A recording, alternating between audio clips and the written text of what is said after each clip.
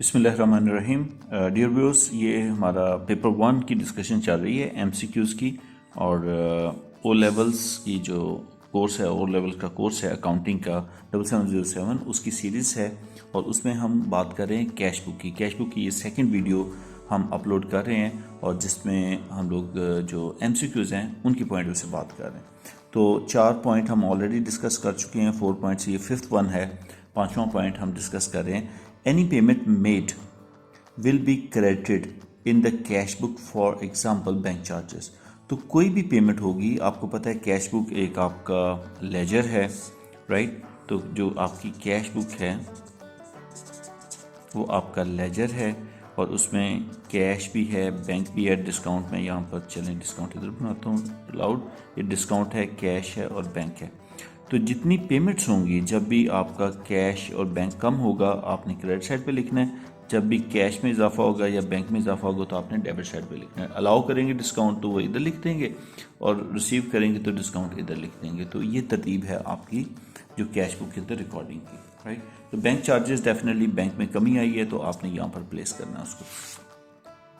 Next आगे point number 6 है आपका, और वो है a cheque received from debtor is recorded in the sales laser.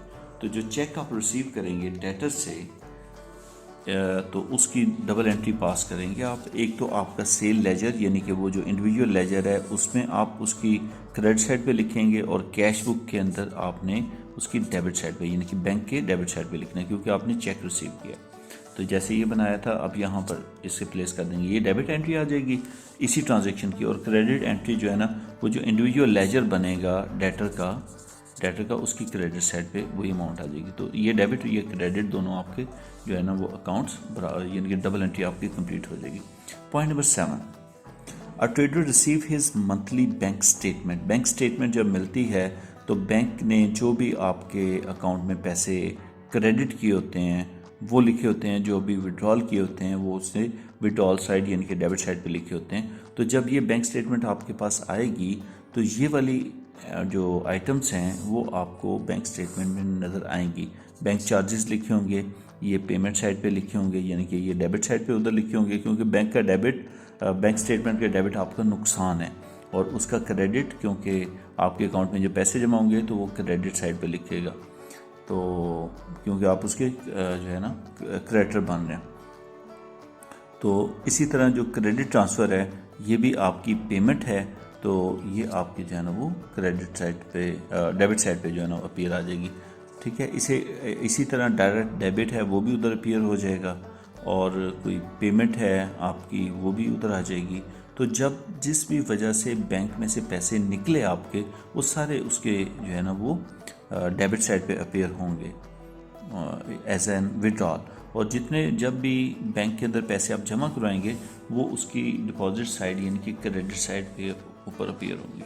चलिए नेक्स्ट पॉइंट की तरफ आते हैं, और ये पॉइंट है हमारा कि if discount column on the debit side of a 3 column cash book showed entries of $80 and $60।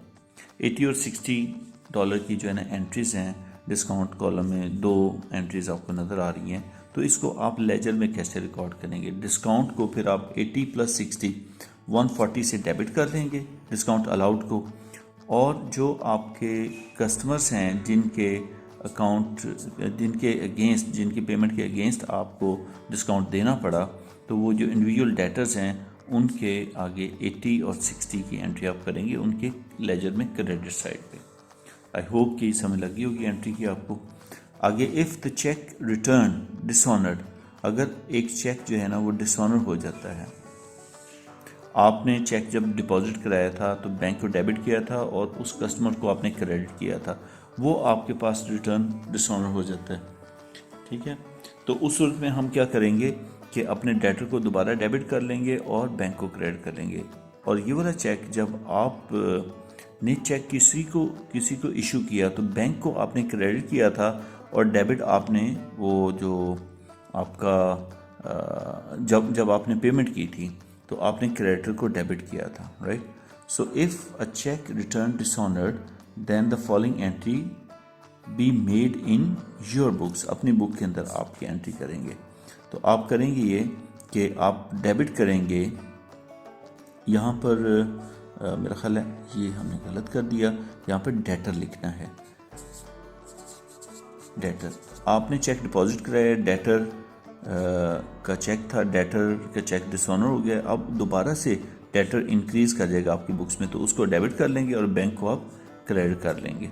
जब आपने डिपॉजिट कराया था तो आपने रिवर्स एंट्री की इसकी, बैंक को डेबिट किया था और डेटर को क्रेडिट किया था, अब ये रिवर्सल एंट्री उसकी पास करेंगे। So it was all about today's lesson, और इंशाल्लाह नेक्स्ट लेसन के साथ मिलेंगे, और वो बहुत ज़्यादा इंपॉर्टेंट लेसन है और इस सीरीज़ का वो 3rd लेसन है, तो इंशाल्लाह उसमें मुलाकात होती है। स्टे ब्लेस्ड, अल्लाह हाफिज़।